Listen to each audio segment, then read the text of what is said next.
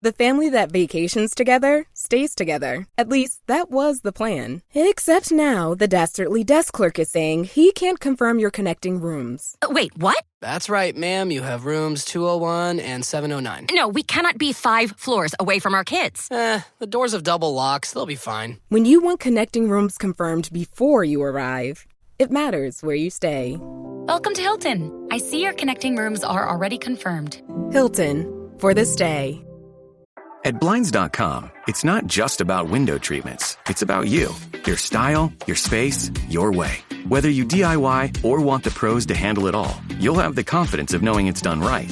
From free expert design help to our 100% satisfaction guarantee, everything we do is made to fit your life and your windows. Because at Blinds.com, the only thing we treat better than windows is you. Visit Blinds.com now for up to 45% off with minimum purchase plus a professional measure at no cost. Rules and restrictions apply. Chronic migraine is 15 or more headache days a month, each lasting 4 hours or more. Botox, onabotulinum toxin A, prevents headaches in adults with chronic migraine before they start. It's not for those with 14 or fewer headache days a month. It prevents on average 8 to 9 headache days a month versus 6 to 7 for placebo. Prescription Botox is injected by your doctor. Effects of Botox may spread hours to weeks after injection, causing serious symptoms. Alert your doctor right away, as difficulty swallowing, speaking, breathing, eye problems, or muscle weakness can be signs of a life-threatening condition. Patients with these conditions before injection are at highest risk. Side effects may include allergic reactions, neck and injection site pain, fatigue, and headache. Allergic reactions can include rash, welts, asthma symptoms, and dizziness. Don't receive Botox if there's a skin infection. Tell your doctor your medical history, muscle or nerve conditions, including ALS, Lou Gehrig's disease, myasthenia gravis, or Lambert-Eaton syndrome, and medications, including botulinum toxins, as these may increase the risk of serious side effects. Why wait? Ask your doctor, visit BotoxChronicMigraine.com, or call 1-800-44-BOTOX to learn more. Welcome to another Finely Edge production for the Premier League Cricket Club. Connecting players and coaches, clubs and leagues, volunteers and supporters alike, you're in the right place for the best of the 33 ECB Premier Leagues and the 20 NCCA counties, bringing you the stories, the stats and the standout performances that make this game great. Don't forget to hit the subscribe button to both our Premier League and NCCA shows so you don't miss any episodes. Now, shall we get stuck in? Right, I'm joined today to talk about the National Knockout Final with George Lavelle and George Politis from Ormskirk. How are we doing, boys? Yeah, good, thanks. Thanks for having us. Absolute pleasure. Now, we've made this very clear that 90s made things really awkward by getting the two Georges for me. So it's George and Polly for George Politis, just to make things nice and easy. I'm going to start with you, Polly. You really do need me to come to Lord's next week, don't you? Because 3 ducks are in a row in the National Knockout. What's cracking off, mate? Is it 3 or is it 2? I think it might be just be the 2, but it could be 3. But yeah, I don't know. I've had a couple of good balls. Feel like I've been a little bit unlucky. Yeah. With the first 2 balls of each innings. So yeah, no, I need you to come and give me some luck, really. Yeah, Roe Green was the last time he scored runs in the National Knockout when I was at home. Really? It's like, when I looked at it was like, that's mad to think that you got a run. It's not like you're not scoring runs elsewhere, is it, mate? No, I mean, I feel like I'm batting all right. Been batting decent in the league.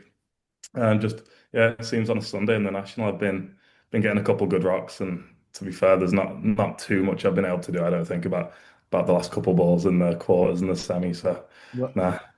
I think the key there is you said Sundays, at least the finals on a Saturday, so you should be all right then, really. There we go. That could be a little change of luck for me. Absolutely. Whereas on the other side, Mr. Lavelle, you've gone from strength to strength in the last couple of rounds, haven't you? Yeah, almost G-Pole's misfortune getting good balls has been my good fortune because it means I can come and make the most of the power play. And no, I'm sure next Saturday there'll be a change of luck and G-Pole will get 100 at Lords. But yeah, no, it's been great being back involved with Ormskirk. Obviously, I was away with Cheshire for the earlier rounds of the National. So yeah, to be able to help contribute towards the charge to the final has been really special. And how difficult is that as now a clubby and a national counties player, having to balance that between the two? Unfortunately, national counties runs for 21 weeks back to back, which just happens to coincide with all the national rounds as well, doesn't it? Yeah, the schedule is pretty hectic for the national county stuff, but I'd made it clear to Gaz sort of what my intentions were at the start of the season, and obviously made it clear that any weekends I had available, I would be playing for Ormskirk. Absolutely. And yourself, Polly, you've played a lot of cricket this year because of the amount of games you've had to play to get through all these rounds. It's just non-stop, isn't it? Yeah, I mean, they've been coming pretty thick and fast, but I guess that's the kind of trade-off that you get playing at such a good club. I mean, the past 2, 3 years, we've been playing 35 plus games every season. Mhm. So, I mean, it's a lot of cricket, but we've gotten used to it. And there's a good group of us, luckily, with Ormskirk. There's 13, 14, 15 plus players that can all play first team cricket. So it's nice that we've got slightly different sides on a Saturday and a Sunday. So a couple new faces here and there, and it kind of gives us a nice boost. And like going into a Sunday keeps us pretty fresh, I think. So yeah. Yeah, I think that's one of the keys I've spotted with all the squads who do well in the Nationals. They've got 14, 15 players that they can just flex between. Never seems to be many more than that, though, does it?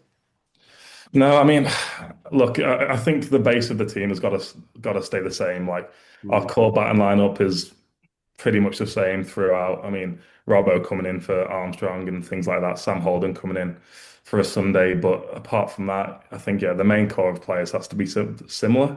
But Mhm. then obviously, yeah, a couple of new faces never hurt on a Sunday, as I said, keeping it fresh and keeping the boys, especially the bowlers, fresh. Obviously, playing time cricket on a Saturday Mhm. can be pretty tough for them, bowling 9, 10 over spells up top. So no, it's good. It's good that we've got 13, 14 players that we can rely on really. Yeah, most definitely. We'll come to the bowlers shortly, but George Lavelle, the batting group, it's fair to say they've done their job, haven't they, so far in the last 2 or 3 rounds? Yeah, the batting group's done really well. So to get 200 on a tricky pitch up at South North, and then obviously a chase of 240 at Ormskirk's always a real task. But no, the batting group's been really consistent all year. If you look at the league form, I think we've got 5 lads over 500 runs, with Gary and Callum challenging for those top spots. Yeah. So no, we've had a real consistent group this year, and it's made our jobs a lot easier. No, I'm not one to be a predictor and put it out there very often, but I did say to my dad after you guys beat Row Green in the area final, as such as it was, I did say Ormskirk will get to the final. You just look, it's the best way I can put it. You look like Northern did last year, getting to 2 national finals. That strength in depth and that squad's working, isn't it? Yeah, definitely. Like G Paul alluded to before, we've got 14, 15 players who you can call in, and they'll fill the roles of someone really easily. So in the run to a final, you're never going to have the same team for every round. There's going to be someone either injured or on holiday or just can't make the game. So having that sort of strength and depth that we do at the club's really important. Yeah, Polly, that game at South North, I talked to Nighty about it before the semi. That's the one you must look back at and go, yeah, we've got through that one. We've got to get to the final now, isn't it? Well, yeah, I mean, to be completely honest, I don't like thinking about it. I don't like looking back at it too much because those last 10 overs, I mean, I was counting down every over, every single ball, and it seemed to carry on getting longer and longer, and yeah, it was horrible. But after that game, I think we didn't want to say it, but I think we knew this. It's like something must be written here for us. Like something must be in the air because that game was just so close, and to come out on the right side of it. Yeah, after that, I think we all thought deep down like we've got a very good chance here. Well, 44 runs in the last 5 overs that South North got, but the most important ball of all of those 5 overs was that wicket that Marshy took with the second to last ball, wasn't it? Yeah, yeah. I mean, that last over that Marshy bowled was just ridiculous. I mean, he made a massive dive and stop. I think it was the over before and the second to last over as well, on the boundary, which saved 2 runs for us. And then to come back and hold his nerve the way he did in that last over was, I think it was something like 3 or 4 dot balls. I mean, that's just crazy. Honestly, it was one of the best last overs I've ever seen in cricket, never mind just amateur cricket, to be completely honest, because both batsmen were set, batting lovely. So yeah, no, it was some last over. Well, Sam is the fourth highest wicket taker in the competition this year so far. And not far behind him is Jamie Barnes, George Lavelle. How important are those two to you guys next Saturday?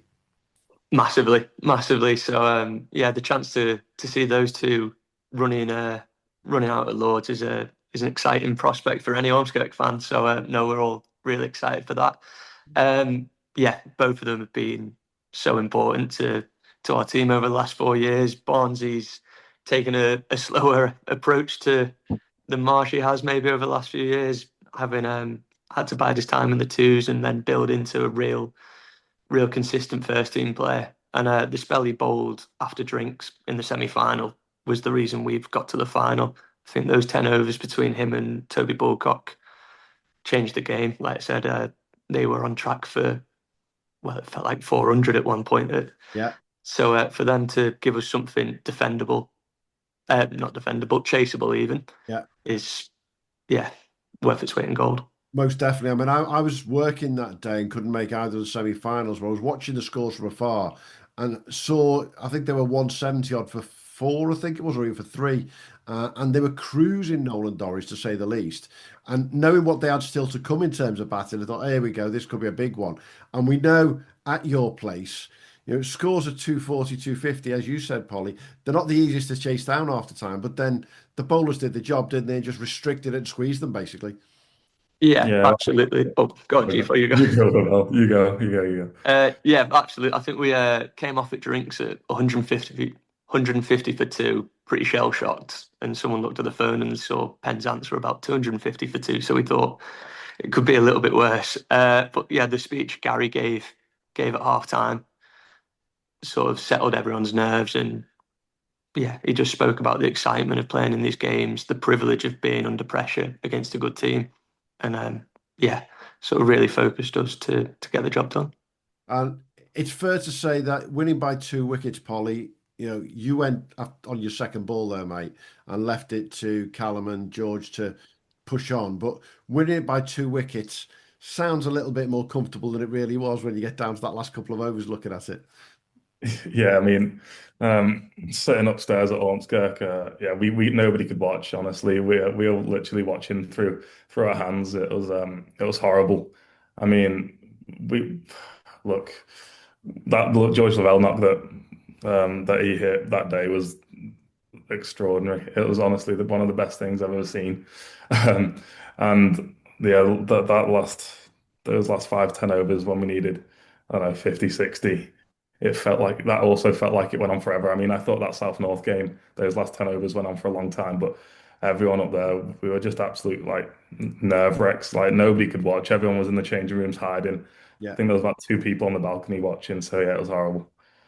But to be fair, I look back at it now and, I'm going to be very careful how I put this. To my friends at Penzance, you had plenty of highlights that day, but nothing compared to the cheer when Nicky Corns hit that 6. I mean, of all the people to go out and hit a 6 to win the game, I mean, you must have even been a little bit surprised there, Polly. I mean, look, if you hang around Nicky Corns enough, you'll know that he's probably the worst watcher of them all. So the fact he was out there was the best for everyone, like the best. It was the best thing for him because he loves being involved. He loves being in the middle. And that was the best thing for everyone else's sanity, to be completely honest, because he would have been going down that change room with those last 2 overs if he wasn't out there, and he would have been causing absolute mayhem. But no, honestly, it was kind of written for him. It seemed to come back, play 3 or 4 games in the past 3 or 4 years, and then come back and do what he did there. Even taking the new ball, it was just it was sensational by him, and just shows how much of a good cricketer he is and how natural of a cricketer he is, because not many people could come back and on that biggest stage and put the performance in that he did. Yeah, absolutely. I mean, you hit the nail on the head there. When I saw the 2 teams on the day and I saw who was opening the bowling for you, looking at Premier League cricket as we do week in, week out, even I went, where's he been? He just hadn't been playing, had he, anywhere near for the last couple of years.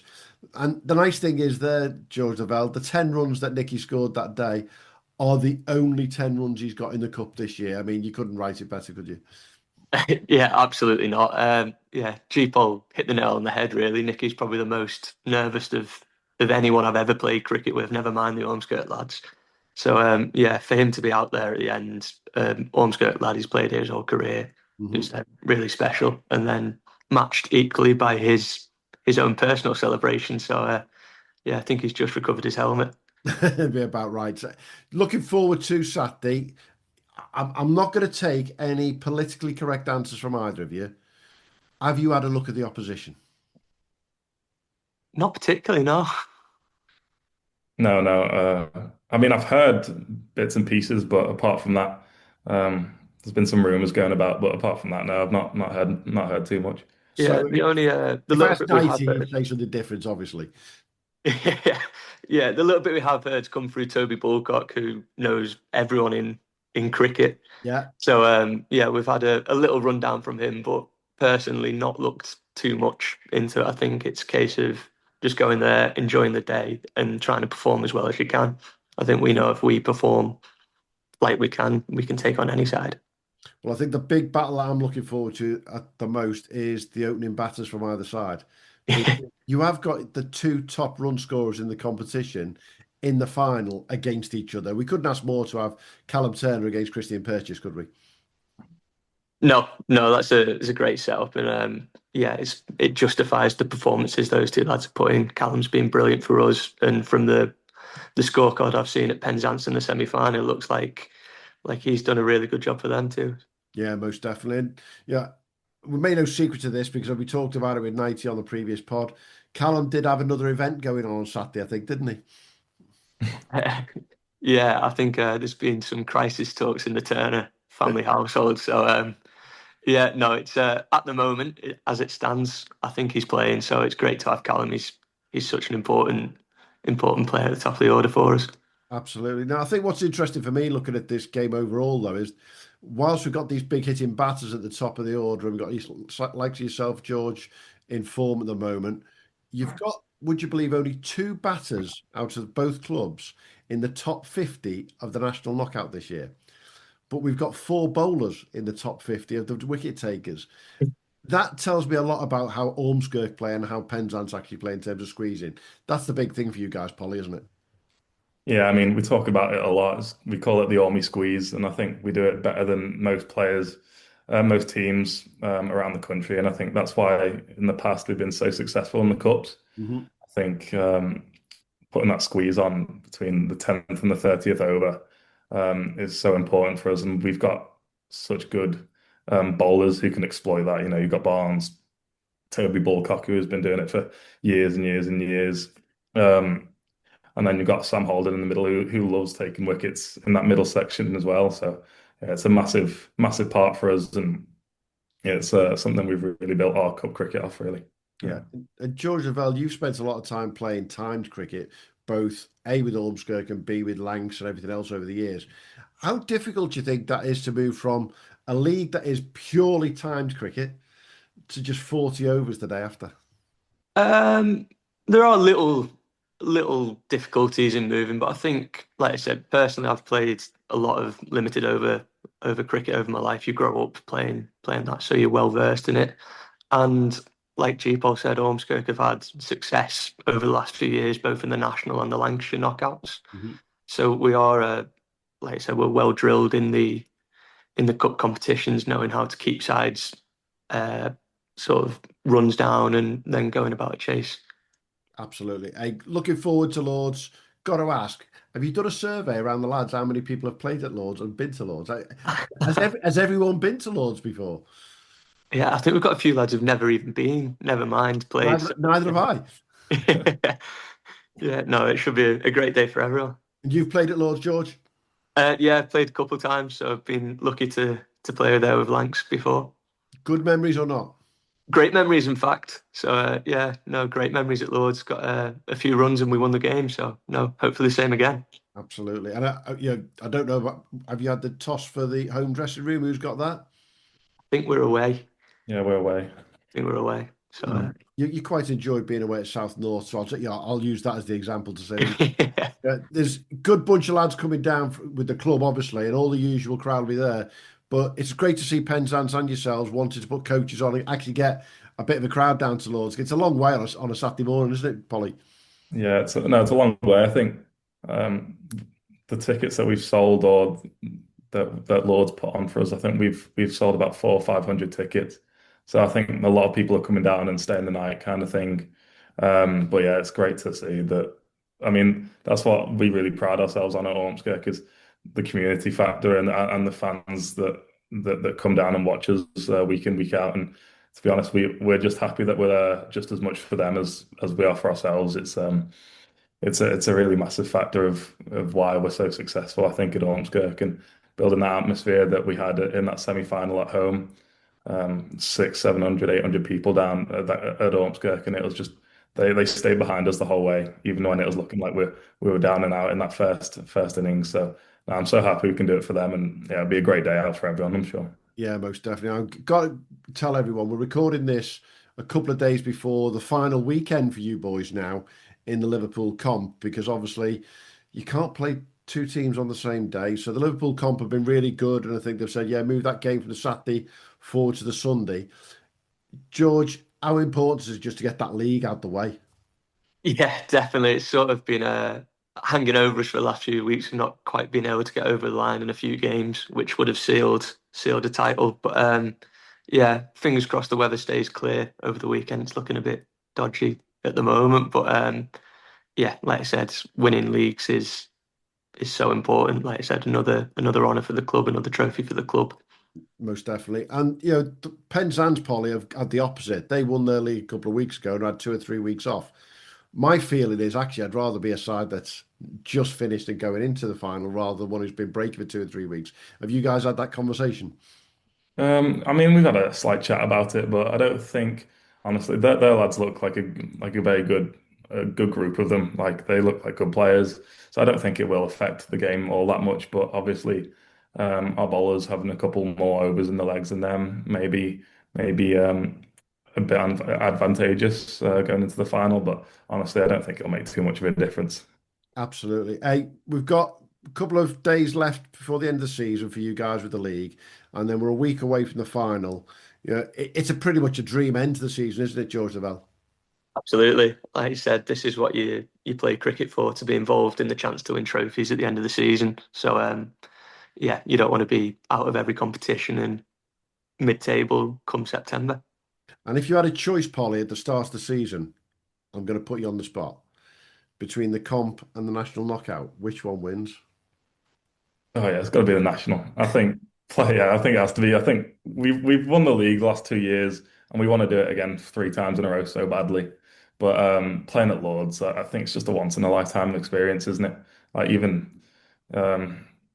like last year, Northern getting to the final, they didn't even get the chance to play at Lords. So just having this opportunity this year is just it's sensational. Yeah.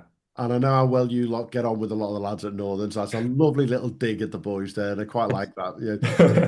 They had a great day out at Worcester, and as I've said to everyone all through the last year, Worcester did a fantastic job, but it isn't Lords, and that is key, isn't it? And it's ironic, isn't it, that 2 years ago it was at Lords, and the year that Northern got to the final, your biggest rivals, they only had to go to Worcester, which says a lot. Hey, looking forward to seeing you boys down at Lords on Saturday.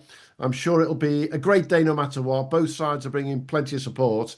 Be a big ground to have that support in, obviously, but I have a feeling there might be a little bit of noise going on with every run all the way through. So looking forward to seeing you boys on Saturday. Cheers, Ian. Thank you. Yes, thanks, Ian. Cheers. Bye.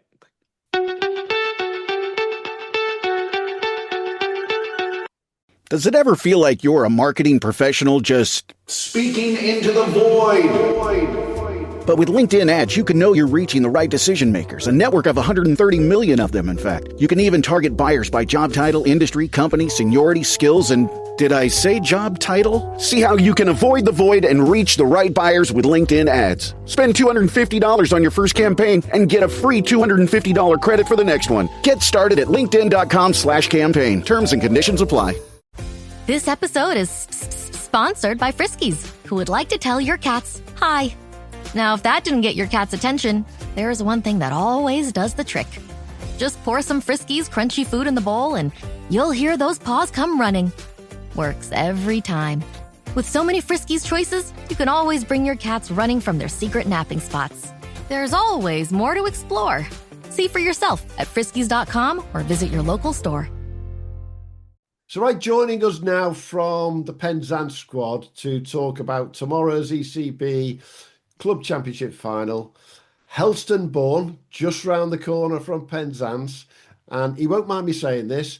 This time last year, I think he was going to have some time off, but he's been playing non-stop for Penzance all year. Mr. Tommy Sturgess, how are we doing, mate? Yeah, very good. Thank you, so. Yeah, good, mate. Good to see you. And obviously, long-term supporter of us and vice versa with yourself. Joking apart, you weren't going to play this year, but tomorrow you're going to finish playing at Lords. I know it's a bit of a U-turn that if you say it like that. Yeah, I remember we were out in Malaga in the cafe called Meeting Point, ready for the ECL with farmers. I'd landed and luckily got one of our guys out there, Christian Purchase. And he'd been badgering me afraid. I said, look, mate, not doing it. Body can't take it anymore. You know, mentally I'm not quite there, so it's not fair on anyone. Landed in a cold, wet, windy Malaga. About 9 in the morning, got a taxi straight to this meeting point, had a coffee with him, had some breakfast, and yeah, let's say he said one or two things, and before you know it, 2 days before the signing deadline, I was there. So to be making my last game this year at Lords is a bit of a scales. I can't wait to have my Adidas bowling boots signed, left on a peg for Ben Stokes, ready for the Ashes. That's fair. Yeah, but the Ashes are in Australia. We won't see him, mate. I can take him with him. I'll ring him and get him to come pick him up. Be about right. Hey, I mean, joking apart, you've enjoyed this season. Yeah, it's one that especially after last year, I don't think it could have been topped. But I think the one thing, and we just had a meeting there as a group, and the one thing that really stands out to me this year is the old cliche of this feels like a family. You know, we get a lot of bad rep, and I understand why from the outside in terms of players coming in from everywhere, and you know, how can there be a team when some live in Cardiff, I live near London, you know, guys in Cornwall, Bristol, the lot, and there's a real, I want to say, sense of family within this group. People really genuinely care for each other. And we, like your proper sports kind of change room, take the piss out of each other 24/7, but everyone would run through a brick wall for each other in that squad, which is probably made this year probably more enjoyable, having achieved what I had last year. To now, my mission this year was just to enjoy it. And it's probably the most enjoyable year I've had because of that sense of unity, I want to say, between everyone. Yeah, and I think from what I've seen from the outside looking in, Tommy, is you seem to have played with that ease of mind as well. That sort of, I've got nothing to prove to anybody. I've been there, I've done that now, and I just want to put the best me on the pitch as much as possible. Yeah, I don't want to use the phrase "been there, done it." I've played a handful of list A games. Unfortunately, I've not looked out for England as such. And this is I don't want this to come across the wrong way, but almost that mindset of I don't really care. To allow myself to have that freedom, because that's what gets the best out of me. And we said it off air with tomorrow. Like I've not got 1 ounce of me that's nervous or apprehensive or anxious to be playing. It's a game of cricket at the end of the day, club cricket, may I add, at the end of the day, with just the occasion of it being such an iconic, historic venue. But yeah, I don't know if I've answered your question properly there, but yeah, that's fine. That mindset of just freedom.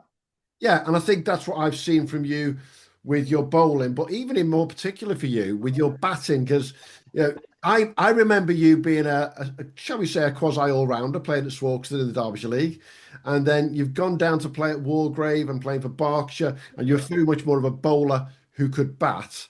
But this year, when you've gone out to bat for Penzance, and in particular, let's look at that semi-final where you scored 50 off 17 balls, and the day before you'd scored a 50 off something stupid. 17 balls. There you go. There is that freedom to go, do you know what? Not a case of I don't care, but it doesn't matter if I get out, I can just go at it. Yeah, I guess it's a weird one. So without going into too much detail, growing up, I was a fat kid who used to whack it as a wicketkeeper.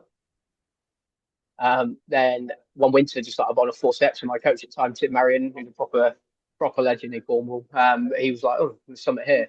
Mm-hmm. The issue was I was carrying about 40 kilos too much weight. Anyway, things went well, went away, went to school. Then, long story short, got into an academy, and here I am. So I've always been able to bat. You know, batting at Sporky, it was great. We had a very young environment where it was, again, that bit of a fearless environment, which is great. So now I think with the Brad at the helm, And then the lineup we've got in terms of you go through it. I'm going to call him out now. Other than Jack Paul, who bats like a proper batter, everyone else is just fearless. And when you've got 9 blokes in that lineup who can do that, there's almost somebody's going to come off at some point. Someone has to come off. And you've seen that this year. Perchy scoring 400s in the last 5 innings in the Nationals. Got Charlie Charland who can hit the ball absurdly hard. Right the way through Josh Groom. It's endless. Everyone can just hit the ball. So you flip it on the head, and somebody's going to come off. You'd like to hope in 9 blokes. Yeah. And then thankfully it's been me the last game or two. I guess. Most definitely. But as you say, I mean, we will highlight him. Highlight him for 2 reasons. Number one, he was supposed to be on this call, but he's bottled it. And I'll call him out on it because I did exactly the same with the New Farnley boys who bottled it last week and they'd won the bloody T20. Perchy's too busy to come and join us. But when you've scored as many runs as he has, he's the top run scorer in the competition so far. Yeah, he deserves the credit for what he's got. That 143 off 63 balls in the semi-final, Sturge, that must be up there with one of the best innings you've seen.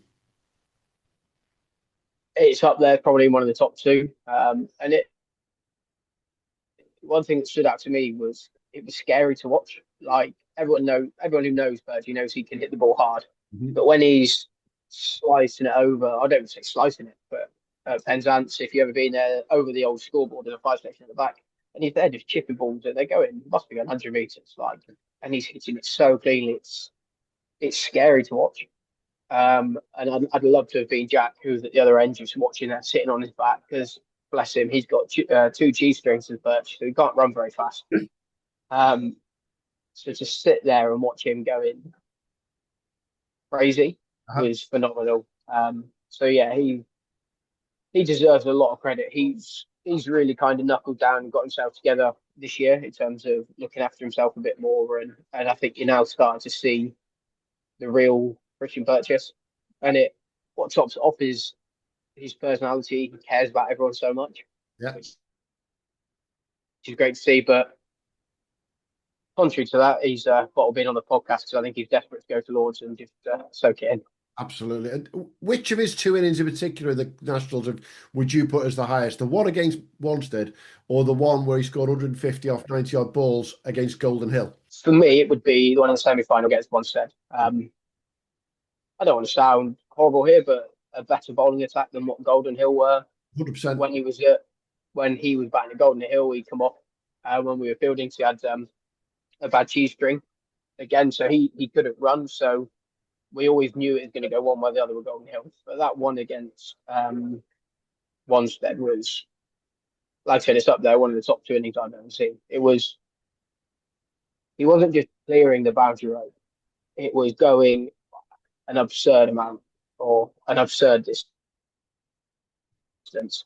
But I'm going to call him out. I still hit a bigger 6 than him that day. I think the one thing I would like to see tomorrow, and sorry to Gary Knight and the boys at Ormskirk, I would like to see Perchy score 14 runs, because if he scores 14, he's got 1,000 runs for the season across all games.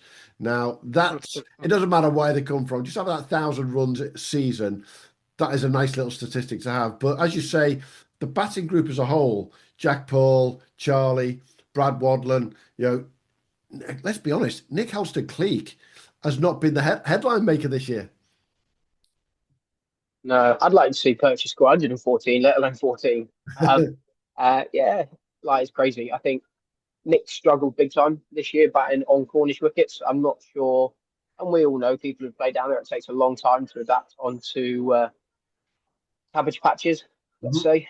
But his record at the minute outside of Cornwall is phenomenal in terms of the Hampshire squad. He had 100, was it last week, before he got cleaned up by probably the ball of the year from South Recklin. Managed to swing a GM ball somehow. So if he's listening, if you could teach me how to do that, that'd be brilliant. So yeah, I think, and I'm fortunate to be sharing a room with Nick, and we spoke about it last night, and his mindset is in a real good place going into tomorrow. And I think, like you say, with our lineup of being so explosive, we've got probably a handful of players that bring the best on occasions like this. So the big stage, the pressure kind of brings out the best in people. So that fight or flight, they quite often fight, which is quite nice. I'm just hoping there's one more game, one more innings where someone like Birch or Nick Leake can do something that's a bit game changing, let's say. Yeah, I think you're right about Nick. He's had a great year playing twos cricket and roundabout scores all the time. We never seem to not see him scoring. The cabbage patches in Cornwall haven't helped him. But talking to George Lavelle at Ormskirk, he's exactly the same. These guys who are used to playing on these better wickets, at least tomorrow you should be on something that's going to be resembling a top class wicket in the first place, shall we say? You'd like to hope so, wouldn't you? I think we're two strips down from where the last county championship game was. So hopefully it's not flat like the M4. From a bowling point of view, I'd quite like to bowl on a cabbage patch. But then if we can bat on a nice flat wicket, that'd be brilliant. And what about the bowling group at Penzance? I mean, I can't believe I'm going to say this out loud, and he's going to absolutely muller me for it. But who needs Brad Waddle and his spin when you got your four seamers? Yeah, I think that's kind of our point of difference this year. I know we've alluded to the batting lineup, but having four opening bowlers who, let's be realistic, probably bowl quite sharp for club cricketers, and that we all offer something slightly different, is a big point of difference for us.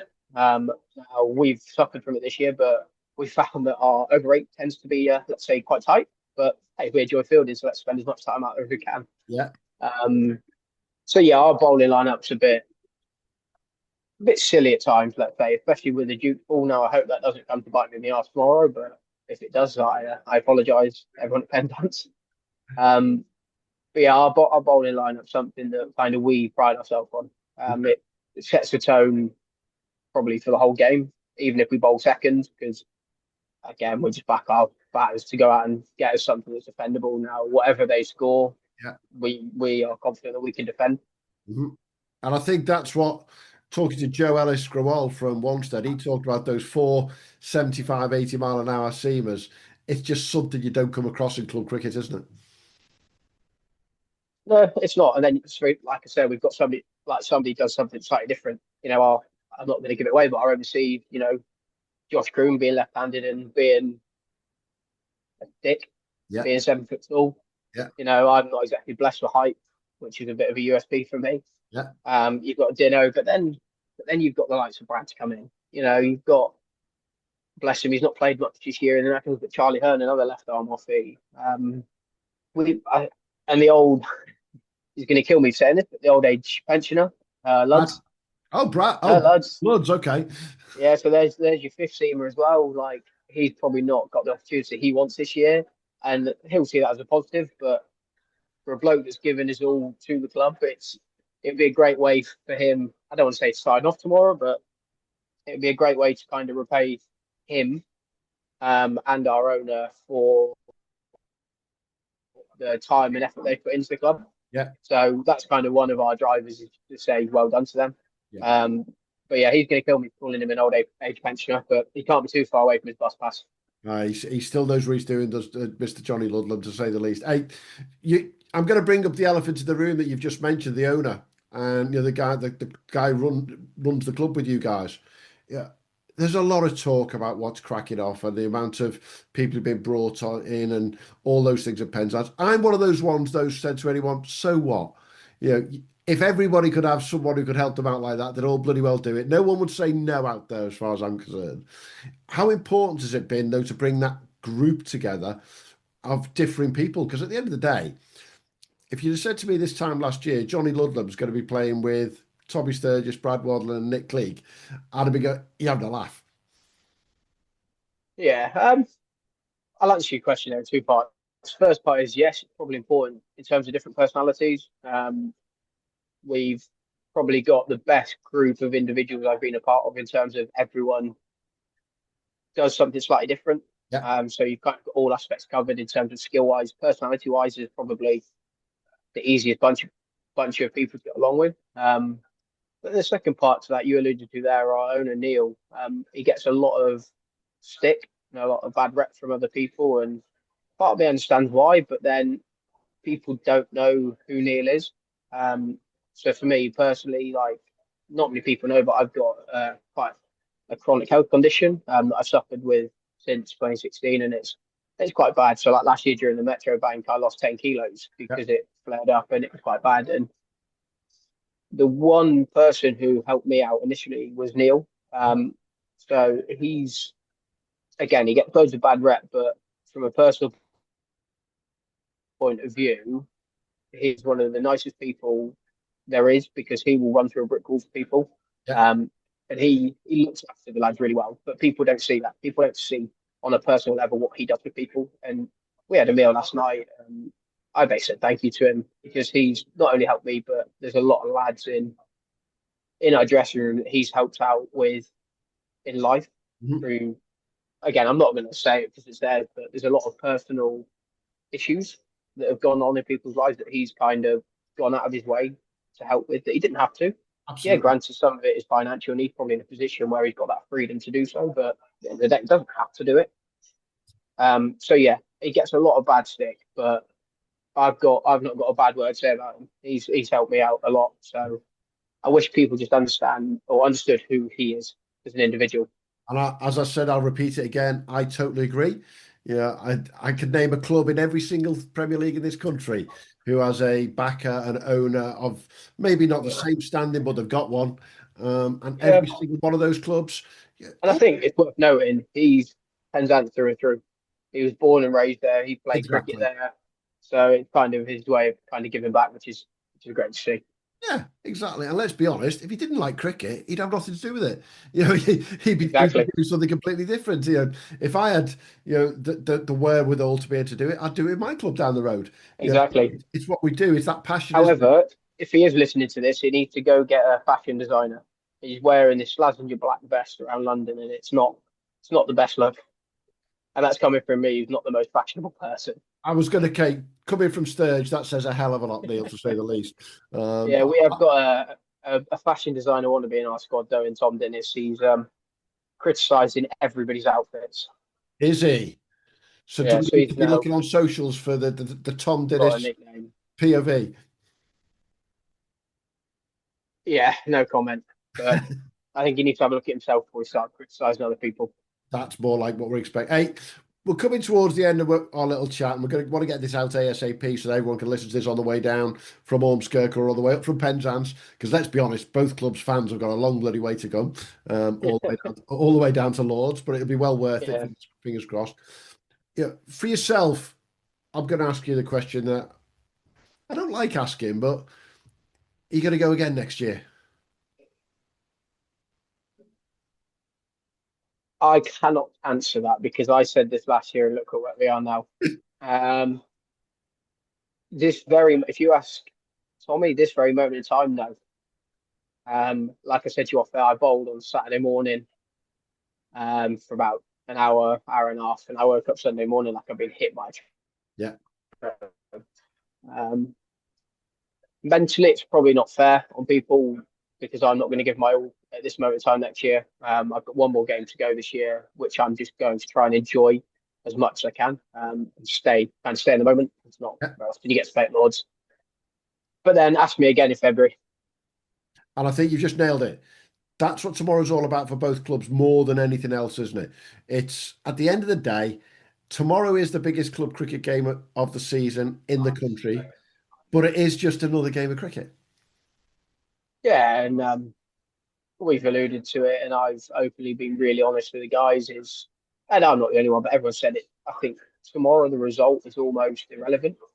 That'll take care of itself. Now, Mother Nature of cricket has got a horrible way of dealing cards out. So whatever cards we get dealt, we'll have to deal with. But yeah, tomorrow we've done the hard part. We've got here. That's the hard part done. Especially in England, with the European cricket, you talk about how easy it is for certain clubs or nations to get to where they are because they've got such a small group. Whereas in England, there's that many clubs that play cricket. It's the roads just endless. It's like driving up the M5 from Penzance. So we've done the hard part in terms of we've got here. The pressure's off now. It's a case of, and we're trying to hammer it home tomorrow. Just go out and enjoy it. Now, BBC weather, hopefully it's been unpredictable, so hopefully it stays like that in terms of there's no rain around. But it's I've put the challenge on the group tomorrow in terms of more of a senior player. I can't believe I'm saying that's 27, but it's, can we just go out, stay present and enjoy it? Because it will fly by probably a bit too quick. Yeah. And I don't want the emotion or the occasion to get the best of people. It's, can you just take a minute to breathe, look at where you are. So yeah. And whether it's Penzance, that's my big challenge for them. Yeah, and whether it's Penzance's home ground or whether it's Ormskirk's home ground, you've still got 22 yards cricket pitch. It might be a bit nicer than what you're used to playing on potentially. You've got a boundary, you've got a ball, you've got a bat. You've just got to do what you always do, and that's the same for both sides, isn't it? Yeah, and I think you've alluded to it earlier, and I think you've hit the nail on the head. It's a game of club cricket. Yeah. It's not like it's your first ball of the Ashes. It's not like it's a World Cup final. It's a game of club cricket. Yeah. So I think that's the kind of message that needs to be nailed home. And whatever, like I said, whatever happens, happens. There's no pressure on us. Like, again, off there, we spoke about it. I don't think there's a favourite. I don't think there's an underdog. It's a case of that old cliche of 50-50, isn't it? But yeah. It's whatever happens, happens. Again, fair play to Ormskirk. Everyone talks about the North versus the South in terms of the standards. So we'll go. That's the key for me. There. That's the key for me. We get a northern finalist, we get a southern finalist. Right now, you guys can say you're the best of the South. Right now, Ormskirk can say they're the best of the North. Let's see what happens tomorrow. I'm 50-50. I'm literally, you know me long enough to know that I'll have an opinion on most things. In this one, I'm struggling because I can make the case for Penzance easily, but I can also make the case for Ormskirk easily. It's one of those sort of games which I think, at the end of the day, it's a final. Final does funny things to people. It takes, especially with it being 40 overs, not 50, it takes one bloke to do something silly. Like I said, hopefully we've got one of 9 that can do that.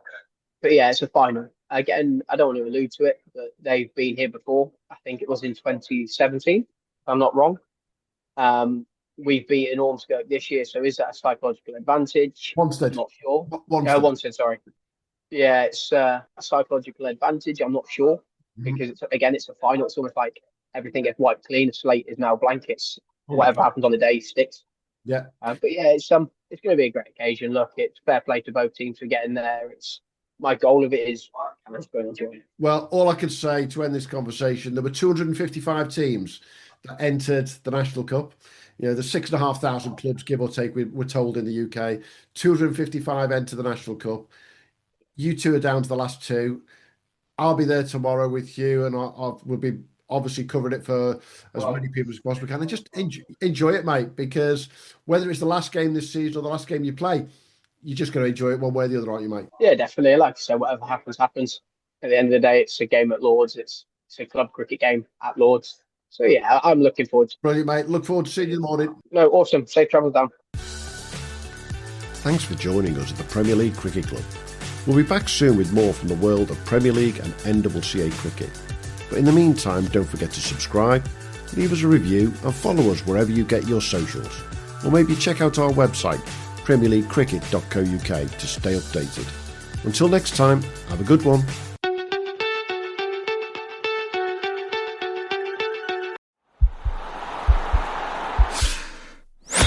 This podcast is part of the Sports Social Podcast Network.